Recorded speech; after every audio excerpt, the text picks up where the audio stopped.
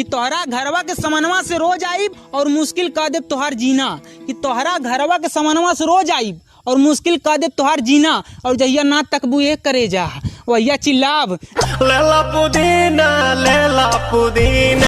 कि सासाराम से लैनी करिया साड़ी पहन के देखा नाचत बाड़ी, कि सासाराम से लैनी करिया साड़ी पहन के देखा नाचत बाड़ी। और कहनी जुग जुग जिया ए हमार चमक छलो, तोके तोहार सौतीन के नजर ना लगी।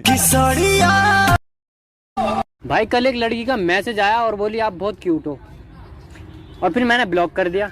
क्यों? मेरे साथ मजाक। बहुत सही।